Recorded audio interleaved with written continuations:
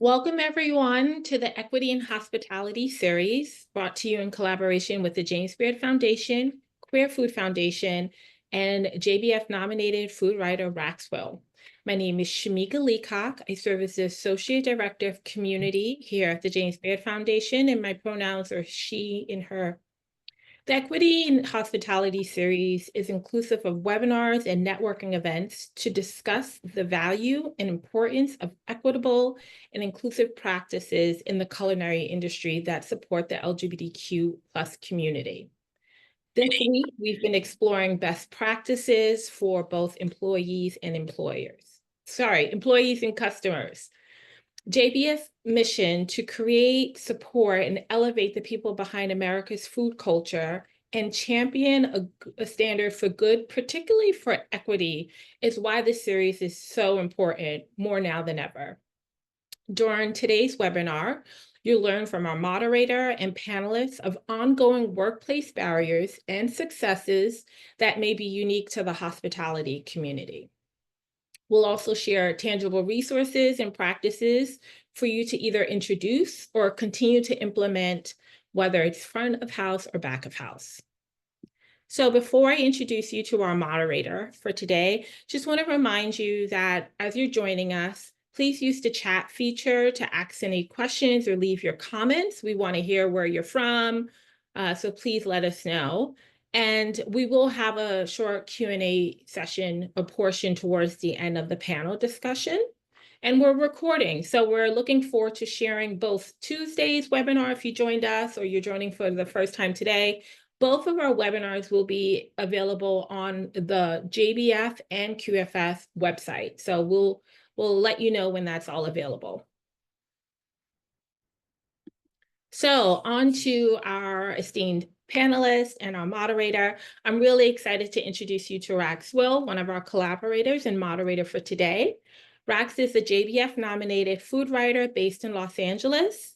As a writer and educator, he is the 2023 JBF nominee for a New York Times article on gender affirming hospitality. His stories appear in the Los Angeles Times, Eater, Punch, Them, and many more. And exciting news, this fall, Rax will teach journalism 468 at the University of South California's Journalism School on LGBTQ plus reporting. Rax, thank you so much. I'm turning it over to you. Thank you so much, Shamika. Thank you so much to the Queer Food Foundation, the James Beard Foundation, and also my co-host, Vanessa Parrish, who I have been honored to work with throughout the planning of this series. I'm coming to you all today from a rainy Los Angeles. We really need the rain. And anyone can tell you who's been in Los Angeles, it has been a really hard start to the year, but I cannot think of a better way to share space and feel grounding with you all today.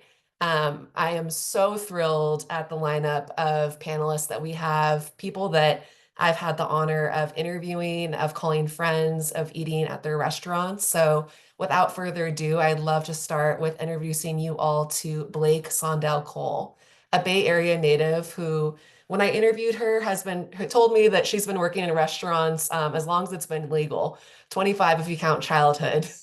Friends and Family is a restaurant and cocktail bar that serves subtle variations on cocktail classics with an incredible food program from the celebrated queer chef Gabby Maeda. For Cole, Friends and Family is a dream that's been a long time in the making.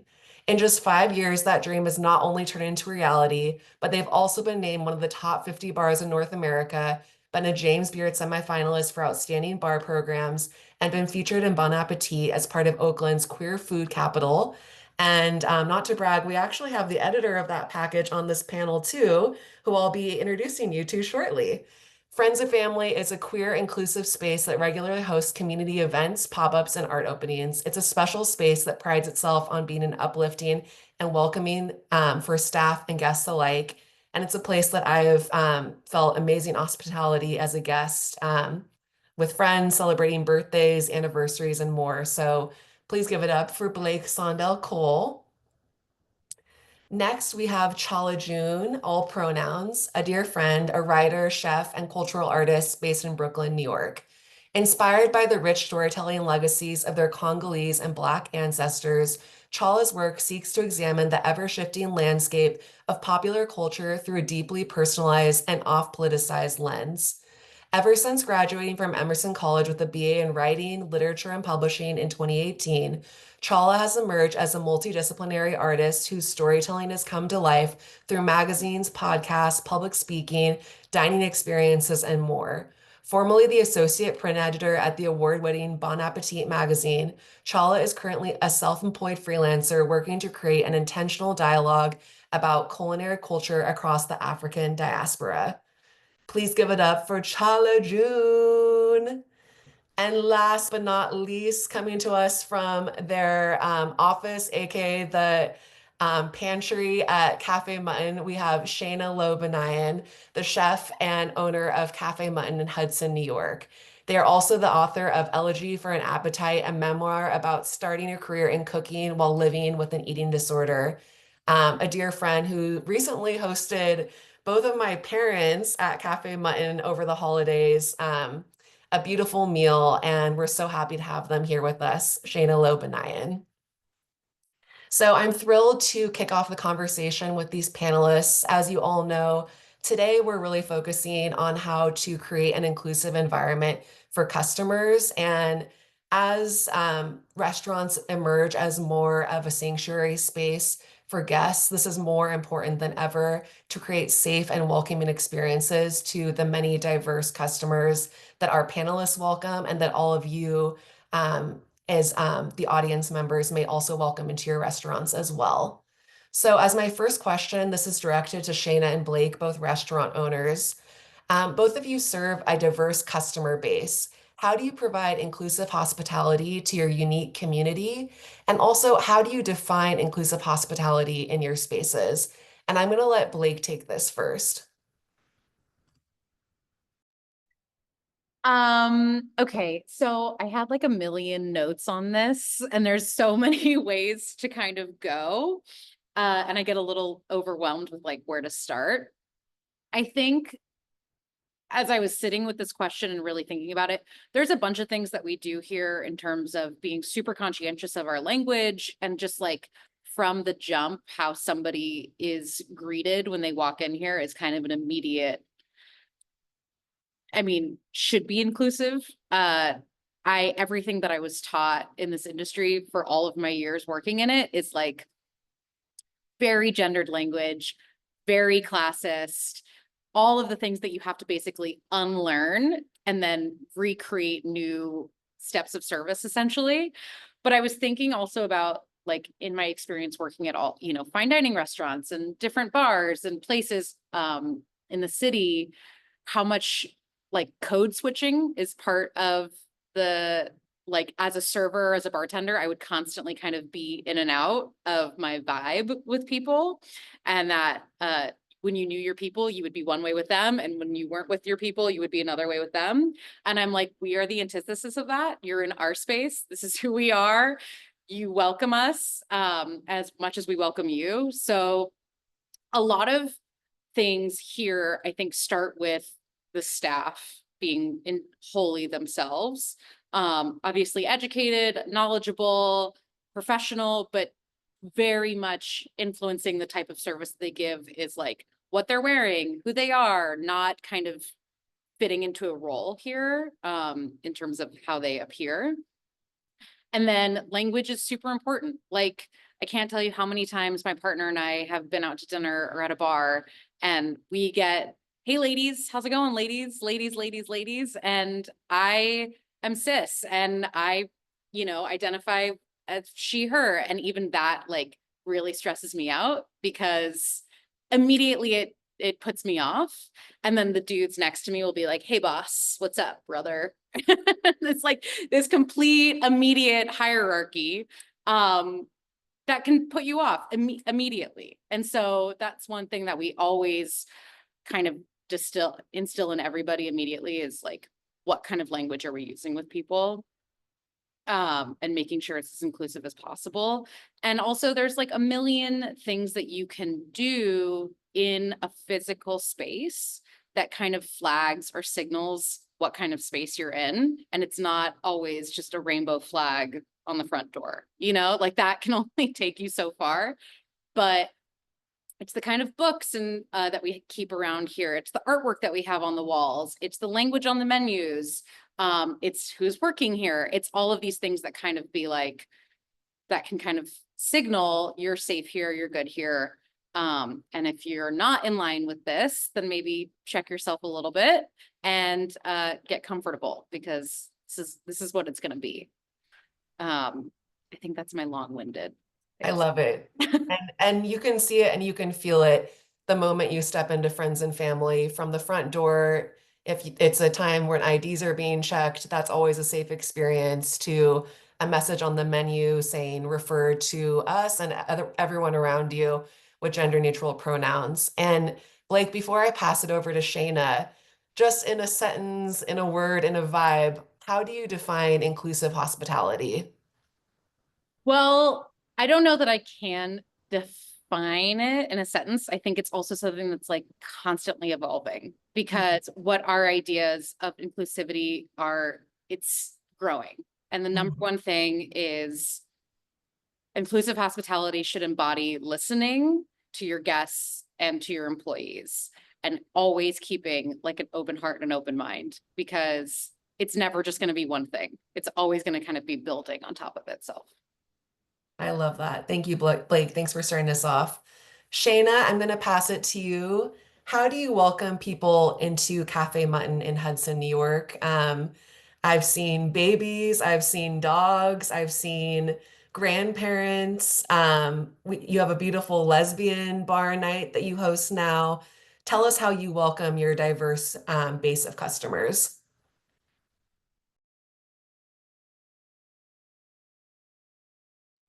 Shaina, you are muted, unfortunately. There you go.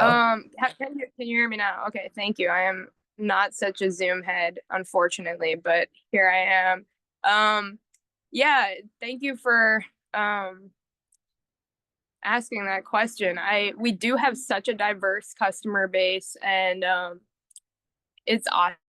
It's so amazing to me. I'm always so excited to see that we do, like, I know a lot of people don't like to have children in their restaurant, but I love it. Like, being that Cafe Mutton, we're open mostly during the day. I really believe that, you know, families are often together during the day, and people don't, you know, always go looking for a sitter when they're going out to lunch or breakfast. So, you know, right off the bat, we have a pretty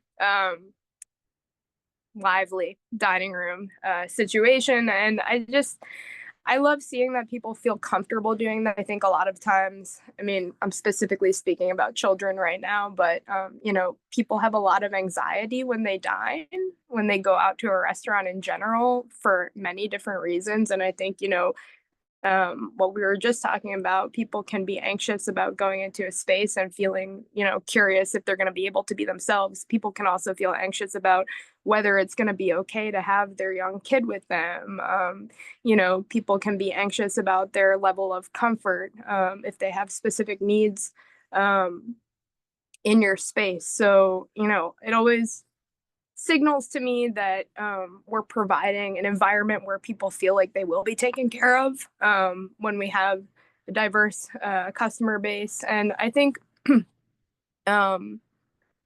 just to kind of echo what Blake said, like, I think that a lot of what we do to kind of cultivate that is to just start with our staff as well. I think that what we bring as far as just treating everybody here with respect, dignity, making sure that everybody is seen, comfortable being themselves, it translates to the floor completely. And I think that people feel our comfort and joy just within ourselves, and you know, it makes them feel like they can come here to be themselves as well. I love that. And Shaina, do you have any sort of definition or guidelines around that inclusive hospitality? I'm hearing dignity, which is a beautiful thing to provide guests. Any other words or principles that guide you? It's kind of a tough question. I know I I'm can't giving you think. guys a hard one to start No, with. It's good. It's like right off the bat, we're waking up, we're feeling invigorated by the questions at hand. It's, I think I learn about what that question means day by day here. I think Cafe Mutton has been such like a lovely learning experience for me to just be kind of met with different situations, and between myself and the staff, we're learning how to navigate new situations, how we feel about ourselves while serving guests, and making sure that, I mean, for me, I know that we're talking about the customers right now, but it's so important that my staff feels safe and, respected in the workplace. And I just think that that they know that goes so far into what the customers receive from us. And so while I don't know if I can really sum it up into a single kind of word or phrase, I really think that there's sort of just like an energy that translates, and that, we can really conduct on our own. And Shaina, I love the missives that we see from your personal account on Instagram about like awkward, weird things that happen in the restaurant. I think most recently you posted like a grimace and the caption when someone says, "Wow, an all-female staff, so amazing." Um, you are a protector of your staff, and I feel that when I'm in the restaurant, everyone is working in synchronicity. There is an energy that connects everyone and a warmth that is really unique to Cafe Mutton. But I am curious, like, how, like, you've also like protected in ways of like awkward customer interactions. Like, in what ways are you making sure your staff feels empowered to do their job and thus passing that on to the customers as well? Yeah, thank you for asking that, because I think that's something I think about all the time. I am super protective of my people. I, have been through so much myself in restaurants that I've worked in the past, and it's very important to me that people feel that they know that they can come to work and have a dignified experience. And, we have a unique situation here because we don't, like, I'm the only owner and I'm often managing kind of the whole team from the kitchen, and so my ears are always kind of up so that I can make sure that I'm aware that everybody is okay out there on the floor. And I think we've kind of garnered this like reputation for being a little bit of a grumpy, strict restaurant that will call people out for their bullshit if like something goes wrong. um and it's not always something going wrong. Sometimes it's just informing people, whether it's through our social media or in person, that we are ideally looking for a different type of behavior from them or ourselves. Things do come up. I had a situation recently where I had to directly ask a guest to not make sexual like innuendos to our servers. And while that was really uncomfortable, it was something that the guest owned and apologized to the person for, and asked permission to come back. Like, it was just like a very like the conversation went well, and conversations don't always go well when they're uncomfortable like that. But I really believe that maybe because we hold ourselves to, being honest and trying to own what we do and to be better every day, and that maybe our guests also know that we care about them so deeply, and we, care that our staff is treated well so deeply, that we kind of demand a certain like code of conduct, that people like trust that they can come here and have a safe experience themselves. It's like we have an agreement that we are all going to behave, and like that's amazing. I love that. Thank you so much, Shaina. And this panel is event about like creating a safe space for guests, but it's also worth noting that there's something that restaurant owners and hospitality workers expect in return from customers as well. So I really want to bring like importance to that. Thank you. Yeah. All right, so passing it over to the dear Chala June. Chala, as a food writer, you've had many, many experiences in restaurants as a diner and as a customer. And I'm curious of anything that stood out to you that has made you feel more welcomed or comfortable in a restaurant space. And then also if you can tackle the inclusive hospitality question as well. Yes, as you stated, I have eaten in many, many establishments. I've been fortunate enough to eat at Cafe Mutton and have some of the best brunch of my life. I've been fortunate enough to drink at friends and family and draw on the paper on the tables and have an incredible time. And for me, the first thing that really sets the energy when I walk into a restaurant, obviously the first person you see, either the host or the maitre d', kind of sets the mood. And it is really how you are welcomed into a space that will set the entire vibe. So if you're being welcomed with gender inclusive language, if you're being welcomed with genuine curiosity, just, you know, being asked, oh, how did you guys make it? How did you make it here?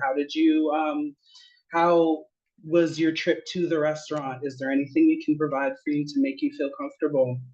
That is very, very important, because that initially, before you're even at the table, kind of sets the mood. Something that's also really important for me as someone who not only writes about restaurants and enjoys them, but who also has worked in restaurant kitchens and has worked front of house in restaurants as well, is knowing that the staff are maybe not necessarily enjoying themselves. Nobody's enjoying themselves every single day at work, but that the staff are at ease. Even if there are, you know, a lot of things going on in the restaurant, even if it's very busy, even if you can tell that, you know, they might be in the weeds or they might really be at a fast pace, just knowing that the staff is not only knowledgeable but feels comfortable in their work environment is something that then can set me at ease as a diner. I've had experiences at restaurants where I can tell that my server is very tense. Maybe something has happened and they're not necessarily being supported by, you know, their manager or by staff, and that kind of energy does really translate to customers, whether management realizes that or not. However, if the vibe in an establishment is set at a place where everyone feels welcome, where everyone is able to come in as themselves, or everyone is able to really feel that hospitality in a hospitable environment, then the second that, you know, maybe there is a shift that can be noticed and addressed more efficiently than if everyone is kind of starting out at this lower level. And I've worked in restaurants where the missive was to set the bar low so that nobody expects too much. And I think that that's awful. I think that's horrible. You should always be setting a standard where folks feel welcomed, where folks feel truly that the environment is there to allow them to feel at ease. Nobody's going out to eat and paying money for, you know, maybe parking or a sitter or to eat to feel stressed in a restaurant environment. People want to feel relaxed and want to feel taken care of. The point of hospitality is to be hospitable. And so when it comes to the question of equity, I think it's really important to recognize that equity and equality are two different things.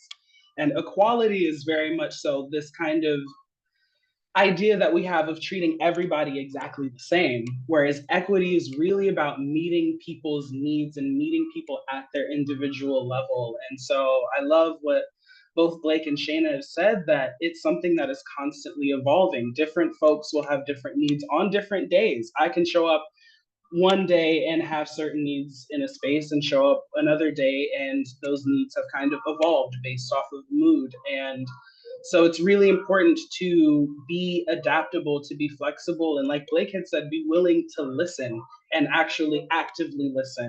And also not necessarily assuming that the customer is always right. Nobody is always right. Not even your mom is always right. People are people, and people have bad days, and sometimes, unfortunately, when people have bad days, they take that out on service workers often.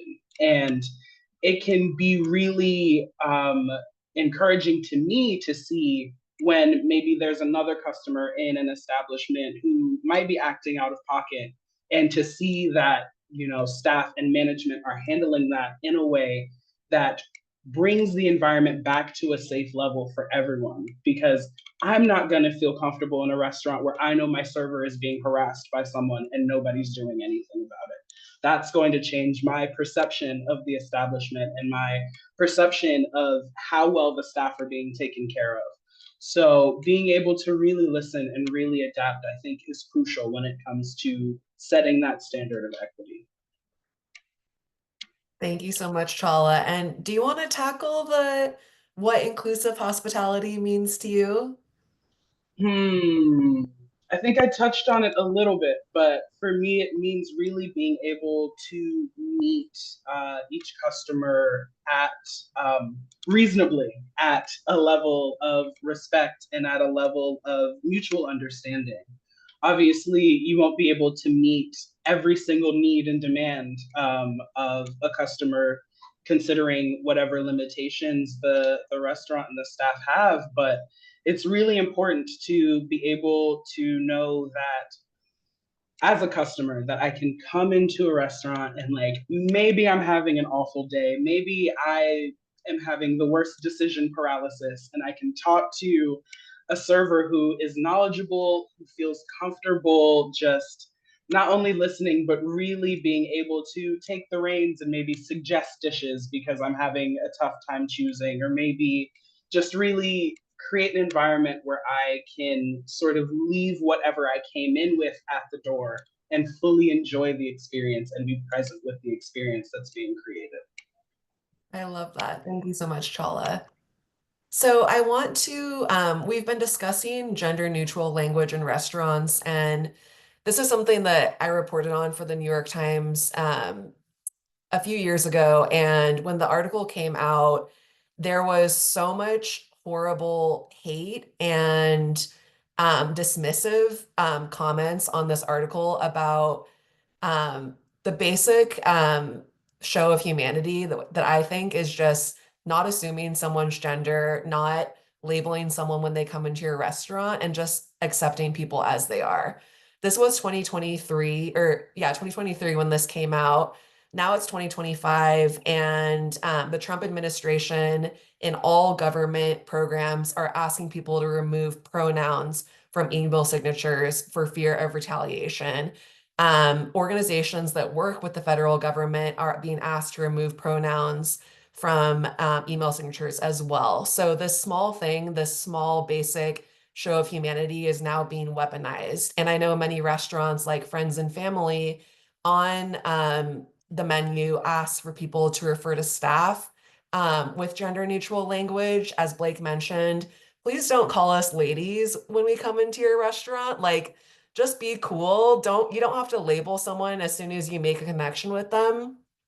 So I guess the question is, and it is a little bit of a review because I think the panelists are all on the same page as far as, yes, we need gender neutral language in restaurants. Yes, it's a basic show of hospitality. But now in 2025, when this is being weaponized and questioned, how do we show up even more in this moment? And is there a way to build on this basic technique that we have integrated in restaurants and want to continue building on in the future? Oh, Okay. I just wanted to jump in with an example that really always sticks with me. There is a very fabulous queer-owned restaurant in New York City called Hags. And anytime you go to Hags, there is a little bowl of pronoun buttons on the table for anyone to wear if they decide. And I think that little touch, that little attention to detail is something that always makes me so excited to return to that restaurant and dine in that restaurant. Because sometimes, even if folks want to be referred to gender neutrally or have, very specific pronouns, it can be an uncomfortable conversation to try to broach with a server, with a maitre d', with a host. And that little detail, just being able to have a pin that has your pronouns, automatically for me makes me feel more welcome in that establishment, because there is this base level understanding, not only that everyone is welcome, but that you're seen.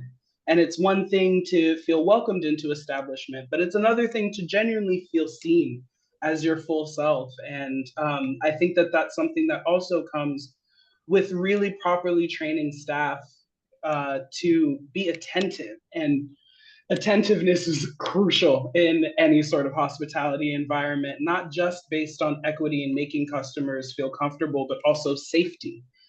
If someone is berating someone at another table, if someone comes in off the street and is causing a scene, that attentiveness is so crucial in any sort of hospitality environment, but it can always be taken a step further in order to make sure that customers are really feeling taken care of. So I wanted to just share that example as one that I think is really excellent. Thank you, Chala.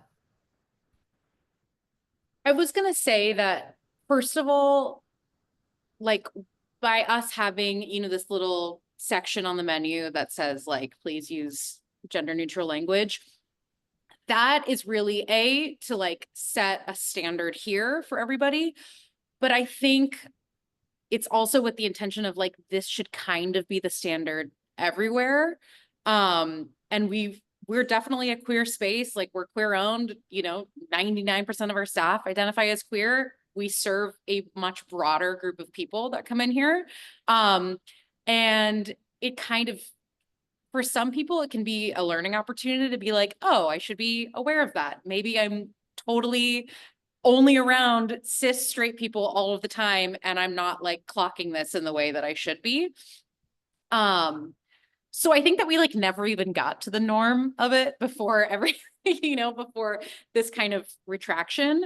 And I think the reality is with what's going on, like the mission doesn't change. You know, the mission is still to keep normalizing it. I think oftentimes, you know, as this saying as old as time is like, the power is with the people. And I've gone into places or cafes where there's like a little sign at the cash register that says like, hey, please use gender neutral terms.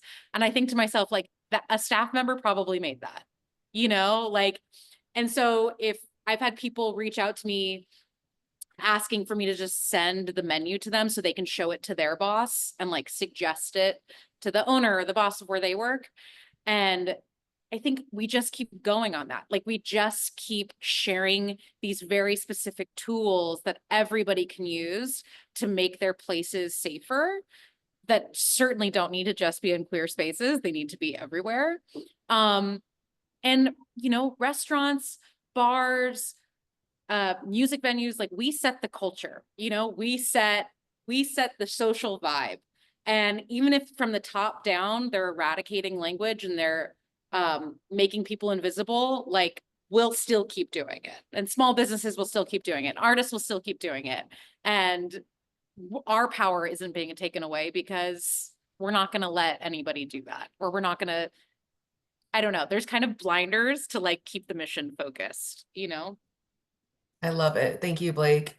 One really interesting part of the reporting for that story about gender neutral language, in Los Angeles, we have a lovely restaurant named Kismet, and baked into their hospitality is for a while the staff practices gender neutral language when greeting guests. And they don't actually have a note on the menu like at Friends and Family saying please use gender neutral language. They just do it, and they do it for all the guests. And when I was interviewing the owner for that story, they actually said that no one has ever complained. No one has ever said, oh, please don't use gender neutral language with me. People don't even notice. It's really not that big of a deal, and it really shouldn't be. But because it is now a culture war, it is now being weaponized because people are uncomfortable with themselves or their own bodies. It's become something bigger. And I want to join you all to keep pushing this forward and see this at every restaurant. And I appreciate what you're doing already. And can I just say that, like, regardless of us making efforts, like this is what's going to happen anyway. The panel on Tuesday, what did they say? It's 65% of like the generation alpha is going to identify as non-binary or trans by the year 2033. Like this is happening. So either become aware and become a relevant person in this business or in this, you know, in society, or you're going to become irrelevant and you're going to be like, they can keep trying, but it's not going to work. I love it. To that point, I'd also just quickly love to add that queer people we've never asked for permission to exist. We've just been. We have fought for the right to exist, and we will always do so. And so when it comes to these attacks, yes, they are troublesome in the public sphere, and it's a cause for alarm, absolutely.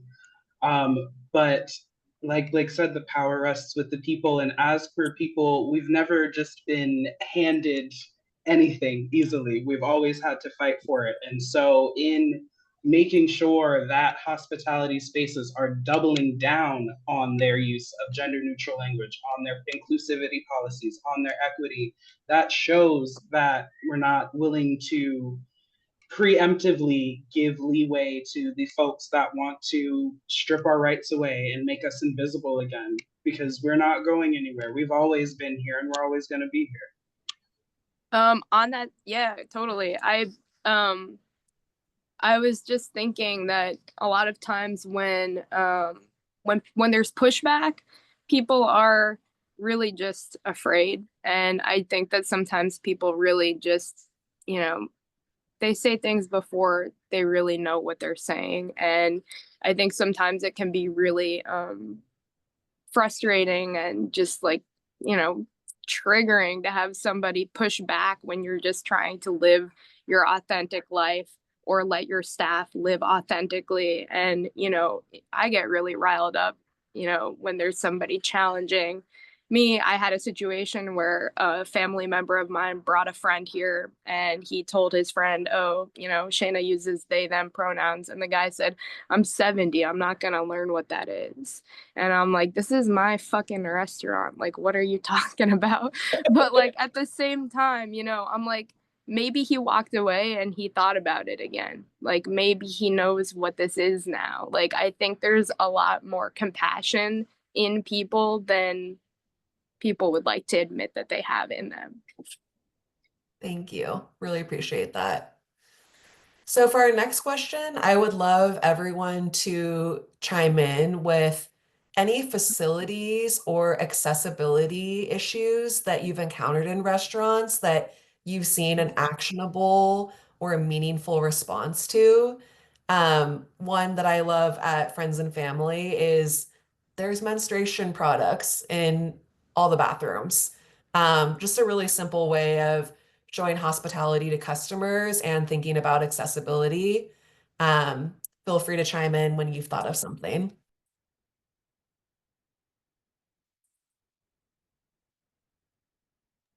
Menstruation products in bathrooms are definitely huge, just in any bathroom, so that folks can really, you know, be able to take care of their needs, as well as, of course, gender neutral bathrooms are very, very crucial as well.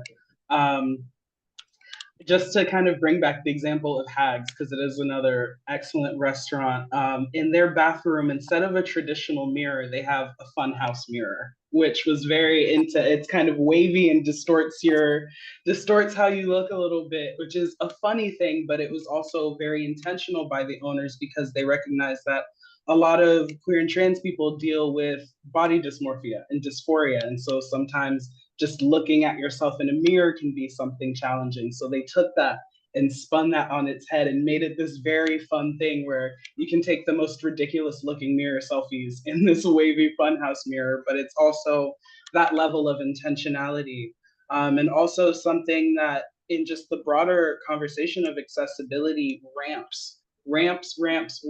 If you're, and not the vegetable, not the allium, but like the accessibility tool. If your restaurant has stairs, having ramps for folks with mobility needs is very, very crucial. I have many loved ones with mobility needs who always have to call restaurants ahead of time and ask, do you have stairs? Is there a ramp? What kind of seats do you have? Because some places will only have stools or benches with no back support. And I know many people who can't sit in those because of different physical needs. So being intentional about seating, about access to the restaurant as well, even things like lighting. I know as a food journalist, sometimes I get really sad when I don't have excellent lighting for all of my food pictures, but bright overhead lights can be very, very tricky for people who are photosensitive and have issues with bright fluorescence. So thinking about things like small lamps on tables, thinking about things like lighting as well, can be very, very crucial for making a larger swath of people feel welcome. Thank you, Chala. Amazing examples. I also want to share one that came to mind. The New Yorker food critic Helen Rosner had a really interesting Instagram story series about restaurant chairs that can accommodate higher weight levels. A lot of restaurant chairs, especially like the cheapo like little stools that we see in a lot of like chain restaurants, are super uncomfortable and also don't have a high weight accommodation. So Helen went and shared all of these amazing, beautiful, inventive, imaginative chairs that can accommodate 400 plus pounds. So something to think about.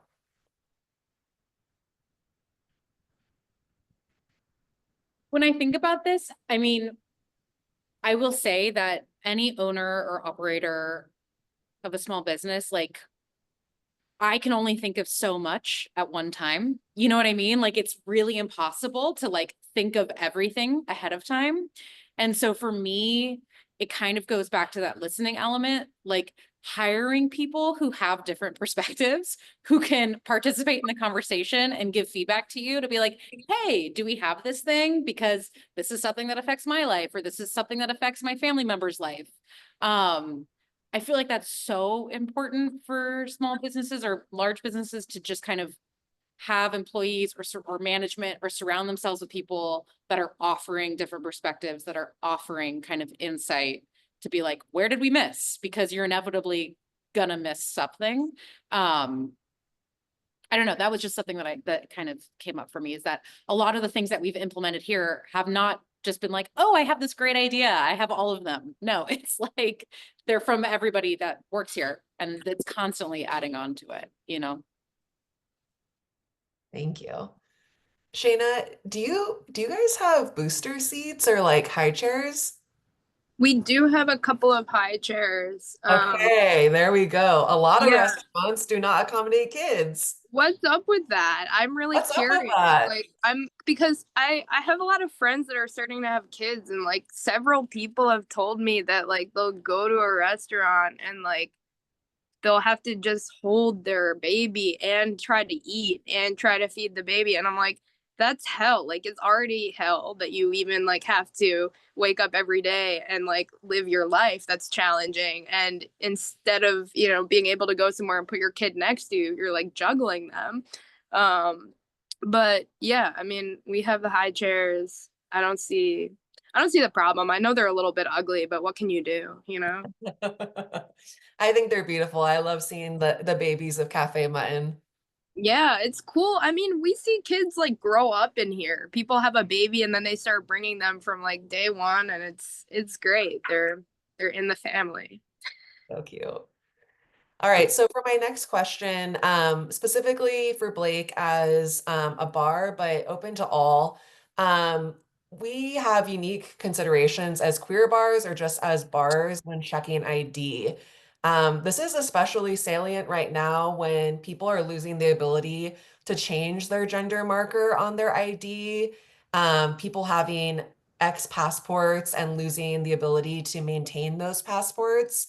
So we're going to be seeing even more people who have IDs that don't look like them, that don't match the perceived gender marker as to the person in front of you, that are outdated, that can't be updated.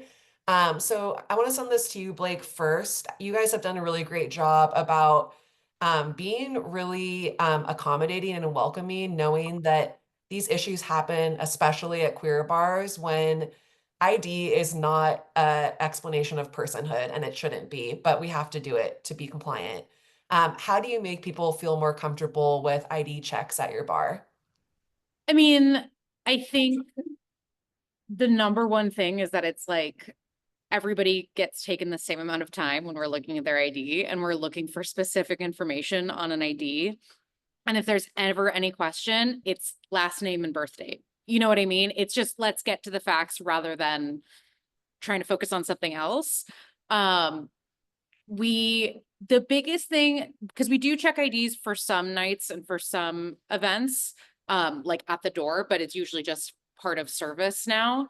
I would say the biggest factor for like protocol that we have to have is with closing out people's tabs and being very careful to not use first names on people's credit cards and tabs. And also with our reservation system, like we have a reservation system that people have such a hard time changing their first names on the reservation system, or it's attached to their email address, which has a name that they no longer use. So just always, always, always going by last name, I find is like protocol number one. And then if there's an issue, it's like, is it a red visa? Like going there then and not, and that's like across the board, regardless of who the person is, you know, it's the same protocol for absolutely everybody. And yeah, and it's like, I would say when we're checking IDs at the door, it's all about who's there and making people, again, it's the first welcome, you know, and checking an ID can be a very uncomfortable experience for people. And so being like saying hi, saying how you doing, treating that person like a person and not just like a robot, you know, that like puts you on edge. It's about making the experience warm, making the experience being seen, looking them in the eyes, and treating it with a sense, again, dignity and humanity. Thank you. Anyone else want to chime in on this one, making people feel more comfortable with IDs, with credit cards? That's a really good point, Blake. Credit cards are freaking hard to change the name on. Such a hassle. Shouldn't be that way.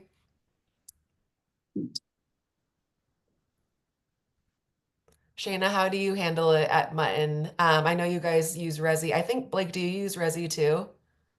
Yeah. Yeah, I mean, basically, I would just echo everything that Blake says. We Most of our services are during the daytime, so we don't have heavy like alcohol sales, and IDing is part of our routine, but it's not something that we're constantly having to do. So I wouldn't say that we run into this all the time. What about for lesbian bar night? Are you checking IDs at the door, or is that when people are purchasing? When they're purchasing, it's very low key. It's not like an oons oons type of night. It's more like hanging out in somebody's mom's basement. Love. Yeah, so I mean, it's Monday in the winter in Hudson, so we're very, very low key. It's more like a bowl of soup and a seltzer type of vibe. But yeah, I mean, I know this is very basic, but like when we hold people's cards for tabs, like we keep them very organized by obviously like the last initial, and so often like it's just pretty, automatic. We know whose card we're getting. And we don't have to go into first names and questioning and going down like all of the identifying factors in order to get them back their things. Chala, do you want to add anything before we move on? I just really appreciate what Blake was saying about going by last name, and just usually when you're carding someone, all you really need to do is check the year and look at the picture. But I mean, I've had the experience before changing the gender marker on my IDs of like having it looked at and then getting the full up down sort of scrutinizing like person is, even now having an X on my documents, I get the sort of scrutinizing, person trying to decipher gender. And all I can say is just don't do that. Don't ever, try to see if you can figure out, how someone is presenting or what they might identify as. It's very simple math to know whether someone is 21 or not. It really should be, and yet. And yet. And yet. So kind of going back to the example that I had of Kismet, never getting any feedback about their gender neutral language. I'm curious of any feedback that y'all have gotten to your policies and practices that you have in your restaurants to be more inclusive. Maybe we can start with Shaina, who loves to use the Cafe Mutton Instagram account to share these policies. You started to talk about one, which after you posted about this, I started noticing this all the time, which is that some customers, and you recognize that it was a male, and I've noticed that it was a cis male also in other situations, will use sexual innuendo to talk about how much he appreciates the food, and specifically to staff. And I have like a burner Yelp account that I use just to like track restaurants. And I have been seeing this kind of language on Yelp. I'm like, what are you trying, like, what is even the point of this? So Shaina, you took to Instagram to talk about inappropriate language from guests. What was the feedback like um, from that post? And what generally is feedback like to some of these policies that you put in place at Cafe Mutton, as you called yourself like the grumpy restaurant? Yeah, well, we got a lot of amazing feedback from posting about this one particular experience where a guest was talking about his experience in a really sexualized way. And the specific grossness about what he said was that he had he was a more recent regular. Nobody really knew him very well, but he said to the server, I feel like you and I have the kind of relationship where I can say this to you. He specifically said that first. And I just think that, you know, hospitality is such a wild industry because, you know, people are really coming to us for so much, and like, you know, it's not just food, it's not just a place to go. You know, we really, when we go to restaurants, we like are looking for answers in our lives, we're looking for hope, we're looking for acceptance, belonging, like love. Like, it's very confusing, and maybe we all kind of need to get our shit together on that. But you know, we're all learning together, and I think that's the important thing. And I think you know, when we posted about that one experience, there were tons of people just sharing their similar experiences in the comments, just saying like, yes, this has happened to me, like why is it always like this, etc. You know, and again, like in this specific situation, the obviously I posted about it because it was something that we had seen happening a couple of times, and it was kind of freaking me out, and I wanted to just get our customers aware that this is not going to fly here. And I spoke to the staff who, you know, was having this experience, and you know, we kind of came up with a plan. If this guy comes back, like, you know, we don't want this to continue. He seems harmless, but, you know, clearly it's harmful in a way, his language. And so I want to address it. And I did talk to him about it, and he was incredibly apologetic. You know, we kind of made a plan of like where to go from there, like, you know, very specific, like, you know, we understand and agree that you're not going to speak like this again in here to the staff. And he was like, yes. And, you know, I think he was well aware that if he were to continue on like that, that he would not be welcome here anymore. And, you know, I mean, it's hard to put things like that in place with guests. It's hard to, you know, give people these sort of like, I don't know, it's not necessarily always an ultimatum, and it's not like I'm throwing people out by their collar here every day, but you know, just making people aware that it's not a free for all, and that we're here to provide them with a lot. And I think, you know, Chala was saying before, like providing people with the experience of being seen, like you know, providing them with the best hospitality that we can give them in a structured way where, you know, they trust that they're going to be safe. We trust that we're going to be safe. I feel like I'm kind of going off course here, but that's my general answer. Thank you. And I just want to ask, you know, I feel like the near future is going to require a lot of hard conversations from us. And I'm just curious, Absolutely. Shaina, yeah, where energetically do you get the strength to have a conversation like that with a customer that is very uncomfortable? Um, I think a lot of us would agree that it would be scary to have this and to have this conversation, but you seem like you're very empowered to like do that and have that conversation. So where do you get that strength to have those tough conversations with customers? I don't get the strength. I am so scared all the time.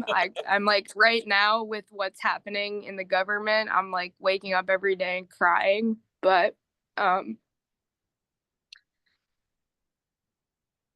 I think truly like what allows me to do these things is that I have told myself like even if you feel like you're sweating and you're scared and your heart is pounding because you really like don't want to have to go out in the dining room and like scold somebody while you're trying to cook the entire restaurant. Like, this is important. And like, we're not going to get anywhere without, taking our chance and, just trying to do the right thing. And doing the right thing can be really hard. And I think that I've tried to convince myself that it's okay to let people see my emotions. I think I would love to believe and for other people to believe that I have my shit together and I'm gonna walk out there and tell this guy what's what and like I'm gonna go back and just continue about my day. And that's what I do. But, you know, the bodily experience is very different and it's a lot. It takes a lot of energy. But I'm learning how to do it. And I think that that's all we can do is just try. And, it gets easier, it gets harder. But I think when people see you kind of try to challenge yourself and just try to do the things that aren't easy, everybody starts to see that it's possible. Thank you so much, Shane. I really, really appreciate that response. Thank you. Yeah, of course. Blake, have you gotten any feedback about the note in your menu that you've had to discuss on the floor? I mean, we've never gotten direct feedback about that. There's definitely people who don't read it or don't like utilize it. And we kind of like there's a fine line between giving people grace and then also like being walked over or like not upholding a standard. And I think we really like to come from giving people the benefit of the doubt that like if somebody messes up or if somebody uses the wrong pronoun, that it's not like an intentional attack, it's just a mistake or a lack of awareness. And just like I want our space to be a safe place for employees to be themselves and to like discover themselves, or we've had many employees who come in here identifying one way and by the time they have left here they have identified in a new way. And by them being here and like maybe working with a group of people that they've never had a chance to work with before helped them kind of identify something in themselves. We also want to be that place for guests, and maybe like they don't have any non-binary friends or trans friends or queer friends, and maybe they don't have anybody in their friend group to kind of help open the guide for them. And so we usually like to take it from, we're here to kind of help guide you in the right direction. And then if you choose to not be that person, then maybe this isn't the right place for you, but it usually starts with that. And we have certainly had people who have said, this isn't the right place for me. And we're like, that's fine. Like, that's okay. And there are plenty of places, most places are built for you. And this one is not. And it is really interesting because the spectrum of people who have complaints or have things to say, it kind of is wild. And I would say we get more complaints from the queer community than we get from maybe you know, naive, not queer people. Because when you say that you're a queer space or whatever, then you're not queer enough, or they're offended that there's other people here. Like there's always constantly conversations with everybody all the time in here about, hey, this is what it is today. Like, let's just have a human conversation about this, and address whatever issue. And then if you're choosing to be an asshole about it, then that's kind of, you're just being an asshole. And there's usually a moment where we know that this conversation is worth having, or we know that this is where to kind of just set a boundary and draw a line.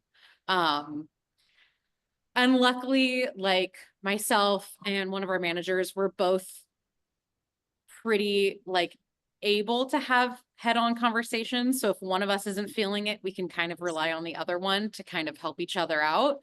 And that the staff know that they're comfortable to be like, hey, it's kind of like a, you know, green, orange, red situation where it's like, if somebody's entered the orange, we become aware. And then as soon as it's red, we're like, okay, we're addressing the situation. But yeah, I mean, we have, you know, Queers for Free Palestine posters all over this place. And the number of reviews that I get about that are like crazy. And if we can have a conversation with somebody about it, that's great. And I've seen so many conversations happen between guests that don't know each other that kind of like help move things along, that we don't even really have to interject because somebody else is there to be like, actually, this is this artist, or this is what that means. And so when you create a safe place for people to have any kind of conversation, if people are willing to have it, they present themselves. And if they're not willing to have it, then this just isn't for them. And that's okay. And that felt very long, and I'm sorry. No. And I love what you said. There's many places for you. Yeah, This just most may of them. not be it. Yeah. So we have a little less than 30 minutes remaining, and I want to start welcoming Q&A. So please feel free to put your questions in the chat. We actually have a really good one that was shared directly to me, which is, can you share some examples of polite alternatives to sir or ma'am in addressing guests? So I just want to like cue this up for you all, and I would love to hear your ideas. But honestly, for me, I had the pleasure of having like a very like fancy dining experience last year on my birthday. And I love the hospitality that I received that night because it wasn't stilted, it wasn't overly formal. It was a very nice restaurant, but I didn't feel uncomfortable because of these sort of antiquated standards of service that a lot of fine dining restaurants have. I think that goes along with the sir and the ma'am.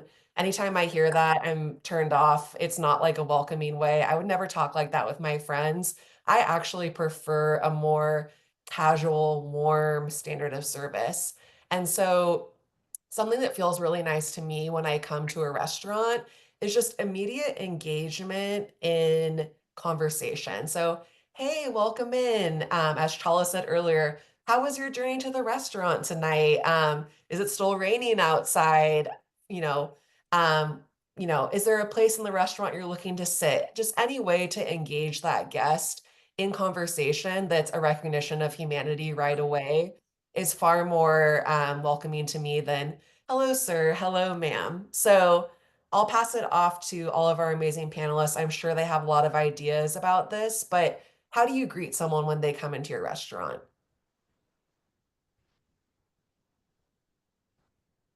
We also have a very sort of informal, warm service style at the cafe. To your point about how that can often be just automatically more palatable and welcoming than being like, sir, ma'am. We use like you all and folks, as sort of gender neutral ways to talk to people, and I think people really like that. Sometimes when I say y'all to people, they ask me if I'm Southern, but that's happening less and less, which doesn't matter. I'm not Southern, but just yeah, it's it's pretty surprising to me how much gendered language is being used everywhere to this day in restaurants. Like, I'm constantly going out and just like, ladies, ma'am, like all the time. And I'm just like so surprised by that. But, I also recognize that we kind of live in a bit of a queer bubble in Hudson and that lots of restaurants use gender neutral language here, which is wonderful. And I guess, additionally, it makes it all that much easier for our staff to be in the habit because this is kind of the culture of where we live.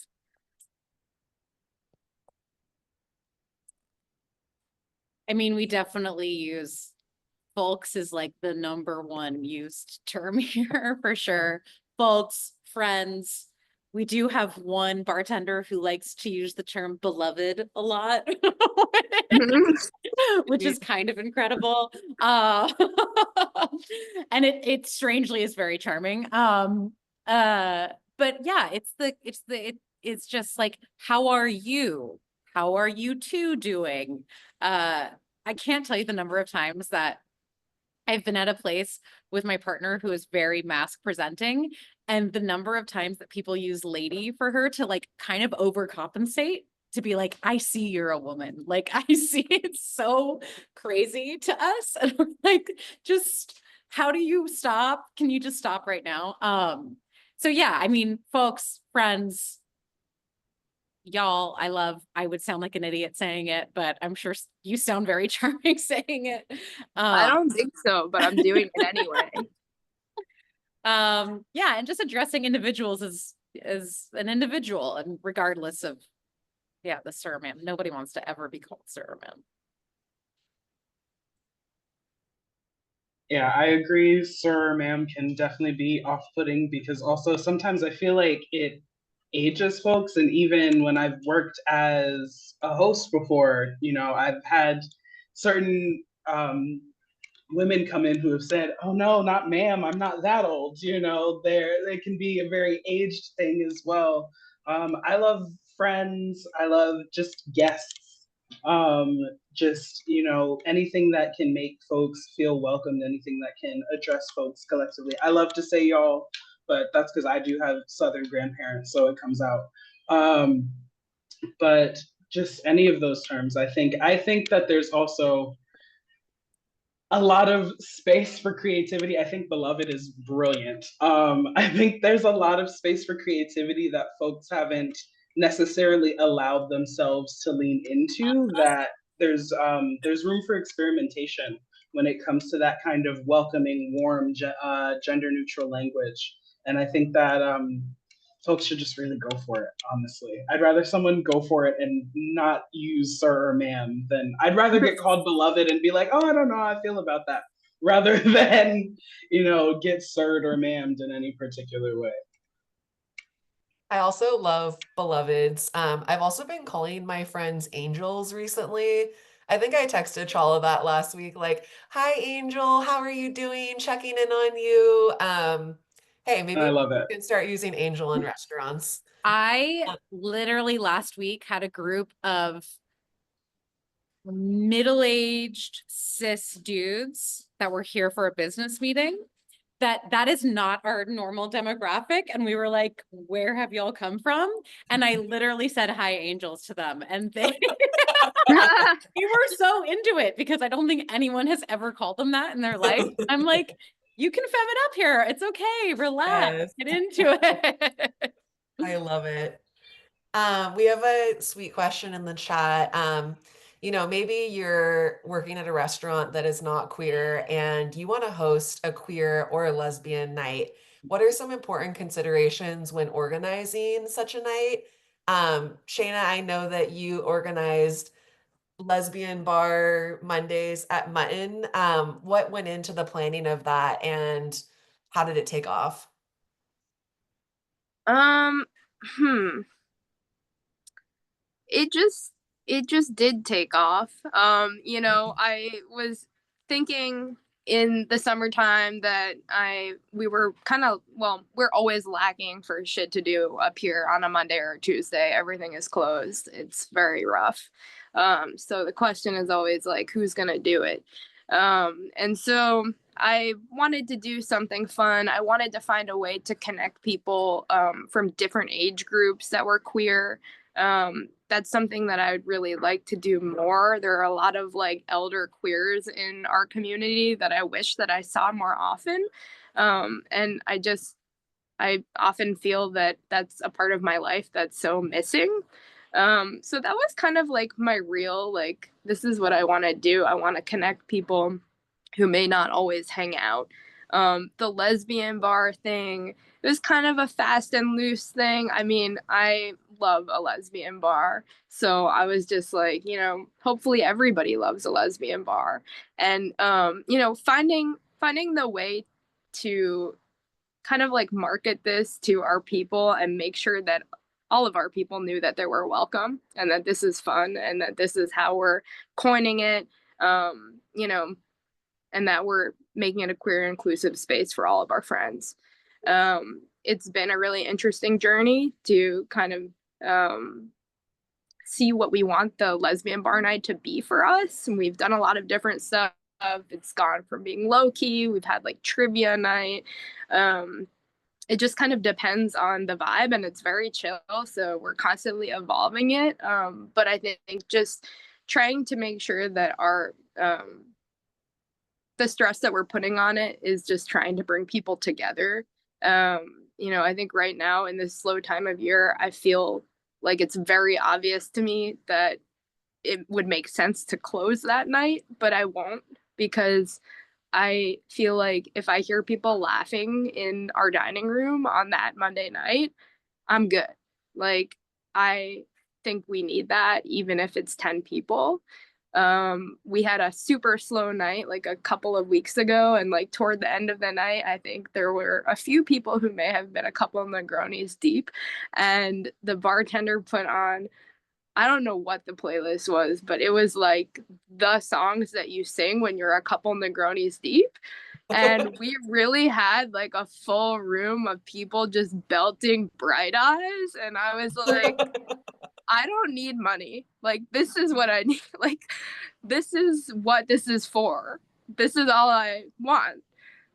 So, you know, it's really still a journey to like figure out what is our best Monday lesbian bar night and like why we, you know, why we do it, what it's for. But I think that's why and what, you know. I love it. Can I just say to anybody who wants to do a queer night or a queer event at wherever they work, just do it. Like literally just put it out there and people will show up. Like Totally. don't be so worried about having a flyer or having a name or like posting on like if you put it out there, the queer community will show up, especially if you do it consistently. Just do it. Just like literally put people in a room together and they'll be stoked to be around each other, basically. And then everything on top of that, try to be as thoughtful as possible, but don't let things stop you from doing it. Just like kind of say yes to yourself because people always appreciate it. They will always appreciate it. I love that. I did want to talk about like an interesting undercurrent in like queer businesses and queer restaurants that Blake kind of touched on, which is that sometimes queer patrons have more feedback than the general public. I've seen this countless times, and like I've also seen queer businesses being torn down for trying their best. But I just want to like, you know, we have like brilliant minds of queer food world with us today. Like we're in a moment where we need people to be having lesbian night at the straight restaurant. This is a time where we need to create spaces for community. But how can we address, you know, criticism or infighting within the community while we're trying to do this and create more for ourselves when a lot of things are being taken away? I think when it comes to that, and when it comes to, oops, sorry. When it comes to the infighting, addressing it comes down really to addressing the root issue. People are fearful, people are hurting, and they want that fear to be recognized and that pain to be recognized as well. So it can be really easy when folks are kind of criticizing each other in these very loud ways to take that criticism at surface level and take things very personally. But I feel like often when there's any sort of conflict, it involves taking a step back and asking, what is the underlying issue here? What is the root of this issue? And how can we expand this conversation to really include that and not just get focused on hurt feelings and bruised egos? And it can be really challenging, especially within the queer community, because there's so much external noise and there are so many pressures and so many layered pain points that exist for queer folks, where often because we might feel that our frustrations aren't being heard by folks outside of the community, we turn them inward, or they're expressions of our own internalized pain or our own internalized fears. So being aware of that and being intentional about how conflict is addressed is really, really crucial. So, you know, if someone is trying to really be a detractor in a certain way, really taking a moment and asking, and one, listening intently and saying, okay, I hear what you're saying. I have to ask, is this about specifically this, or is there a larger issue that you're trying to bring to my attention? Is this about this one person wearing, you know, a keffiyeh, or is this a larger conversation that you're trying to have? If so, we can make room for that. But if it is just a smaller personal thing, then that is not necessarily helpful to the environment and the community that we're trying to build. And really just shifting perspective and shifting focus and reminding folks that we need each other now more than ever. And when it comes to community building and coalition building, everyone doesn't have to be your best Judy. All the Black Panthers weren't all kikiing and braiding each other's hair every day, but they were still making sure that the work was getting done, that the children were getting fed, and that the community was being protected. And so I think especially when it comes to queerness, I feel like often we feel like everyone has to be besties and everyone always has to get along, and that's not the case. Even in families, I have 3 older siblings, and sometimes I wish I didn't, but I still love all of them very deeply. And just because we have different personalities doesn't mean that that love and that care isn't there. It's just a matter of recognizing when personality types are chafing against each other and when that is triggering a larger underlying issue. But being unafraid to have those larger and deeper conversations is very, very crucial in my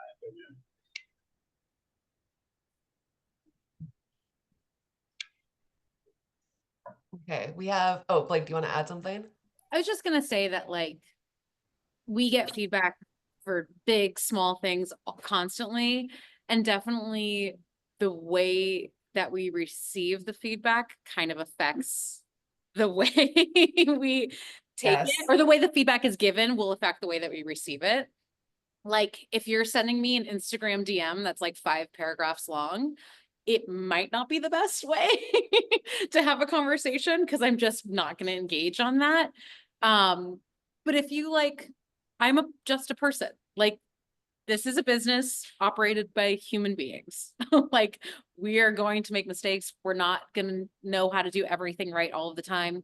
I also get really tired. I get sad. I have my own family traumas. Like, I say I'm going to do something and I don't do it sometimes because I got sick or whatever. Like, but I do my best when I get feedback, that even if I didn't receive it in the best way, even if when they told it to me, I was like pissed because we were in the weeds and we were trying our best and we couldn't do it, I will always take a moment to like chew on it and definitely kind of bounce it off of other employees or staff members or managers and be like, what was your, like, how did you take that? And maybe I didn't take it in the right way because I was feeling defensive or whatever. So I think it's, and then also, like, hurt people, some people are always going to be upset, and that's okay. And you just are like, hey, I'm trying my best. And if somebody is upset with the way that I've done things or haven't done things or haven't considered, I will just be like, we are sincerely trying our best and we commit to always try harder. And that's and then the rest you kind of have to tune out because we're all working so hard already and this business is so hard. I definitely have a thicker skin 5 years in than I did, even just 3 years ago. Like I let everything kind of drill me down and make me feel like I couldn't do anything. And then I realized that I had to get tougher to show up for the business, to show up for the employees, to show up to the guests in the best way possible. And you just gotta, I don't know, face things as humble as possible and like get your strength when you can, basically. Thank you. I think we have time for one more question, and that is, what behaviors might customers exhibit to create a supportive dining experience for those around them and also for the staff? So this is kind of the code of conduct question that came up earlier in our conversation, or essentially, how can you be an ally in a restaurant to those around you so that everyone can enjoy their night and feel safe? I would love to jump in on this one because I think about this often. And even in parts of the conversation that have come up, I've been thinking about this. Generally, there is a certain attitude that people come in to dining with where often folks are just there to be served and they're not even necessarily paying attention to the environment around them. And something that I find is beautiful, especially in intentionally run, queer run restaurants, is that a lot of those barriers are kind of broken down and folks understand that even though you're at your table, maybe it is more of a communal experience, or maybe you're at Cafe Mutton sitting by yourself, but you're at the long communal table. There are people around you. And so one thing I think is being able to be an active bystander if something does shift the vibe, if someone is berating your server, if someone is causing a disruptive environment for other guests. It doesn't necessarily have to be the entire onus of just the staff and just the managers. There is a possibility for us as guests to also pick up some of that slack and really be intentional about creating a welcoming environment for everyone. Just like, if you're eating at someone's house and someone's, throwing plates around, maybe you're not necessarily going to tolerate that, even if the host isn't necessarily there. And something that I do that is just a very small thing, but I think makes such a difference every single time that I go out is whenever I'm being served at a restaurant, one of the first thing I ask the server is, "Hey, what's your name?" And that alone can make a world of difference because I know so many people who work in service who are just being depersonalized and dehumanized. They're not even being acknowledged as a human being. And literally just asking your server their name will build a connection and allow them to know that you see them on a human level, which they might have just had a table that was like absolutely awful and didn't tip and whatever, but just having that level of human connection can really establish that like we are in this experience together. And so that is something that I think is simple, but if everyone did that, it could just make the whole experience on both sides so much better. Thank you, Chala. I'm going to ask everyone to share where you can be found for more of these nuggets of beautiful information. I would also love the James Beard hosts to share some of the resources that we identified in the chat. We have some articles for anyone who is looking for more. There is lots to read. One of them is an interview that I did with Blake herself for an Eater newsletter, but we're going to drop the links in the chat. And I would love everyone to, sign off with a word of hope for those of us here and where they can find you.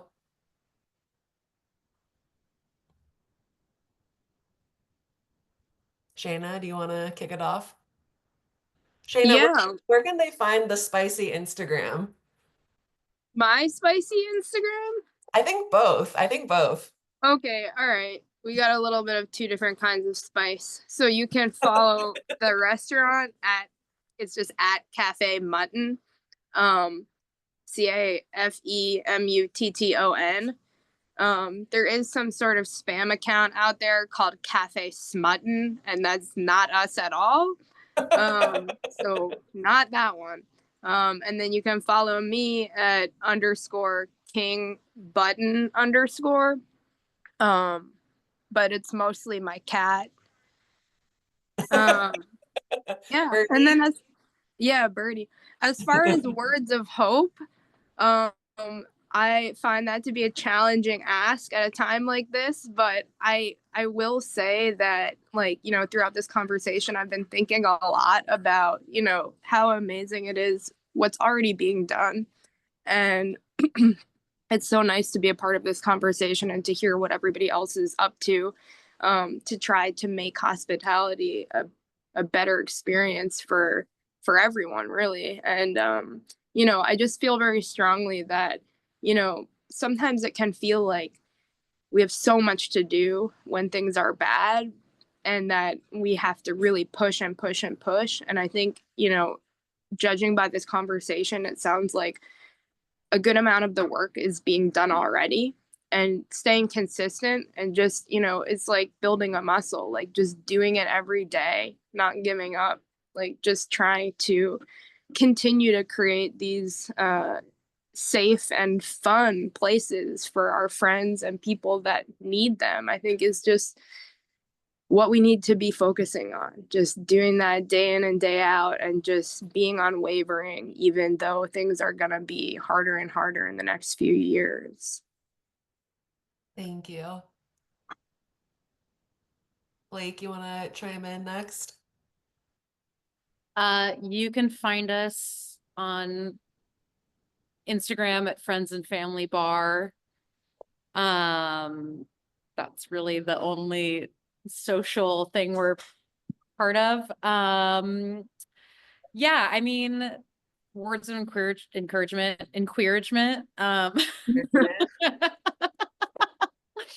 Like, queer joy is resilient, and it always will be, and it always has been. And I'll just say that, like, you know, Shaina, when I saw your nom this year and your post about being a non-binary person who is represented in this kind of like huge stage, it was so inspiring to me. And then, like, going on your Instagram and seeing, you know, who you guys follow, and then checking them out and being like, the work really is happening. And by people just being themselves and showing up, the network is so strong. And I often get stuck in my little like everyday work bubble. And so it is important to like really see how vast this network is and how many people are putting themselves out there and doing the work. And like, that's not going to stop, and it's never going to stop, and it's going to keep growing. And I'm just excited to be a small part of it and in community with everybody. Thank you. And Chala. Yes, you can find me on Instagram at chala.gram, CHALA.GRAM. You can also find a lot of my work on my website, which is chalajune, like the month.com. As far as encouragement goes, I was reminded of this when Blake brought up kind of the phrase hurt people hurt people. A friend of mine recently said to me, healed people heal people. And that's one that I think I'm really carrying with me all of this year and into the future, because it can be so easy for us to get stuck in our boxes and in our little bubbles and in our own day-to-days, but just acting with compassion, acting with kindness, recognizing that folks are, yes, feeling all of these pain points and all of this pressure, but we are all, you know, working towards this common goal of just wanting to live joyous lives, full lives, fulfilled lives. If we're able to show each other that grace, I think grace is something that is needed more than anything these days. If we're able to show each other that grace and show ourselves grace when we make mistakes, when we don't necessarily do things the way we feel like we should or we're supposed to, I think that that has such an immense ripple effect that can really spread out to the world around us through our loved ones, through our communities, through our environments. So yes, heal people, and just spreading a little kindness, a little compassion, a little grace in every interaction will go such a long way. Thank you. Thank you to all of our panelists who brought such amazing insight and wisdom today. Thank you to the James Beard Foundation for hosting. Thank you to the Queer Food Foundation and Vanessa Parrish. Really appreciate everyone being here. Stay tuned for our LA networking event that's going to be happening in March, a toolkit with more resources. Please stay in touch. You can email me with any questions. It's raxwill@gmail.com with 3 X's. I'm here for any questions you may have and really appreciate you all being a part of this. Thank you. Thank you. Have a Thank you great so day. much. Thank you. Bye.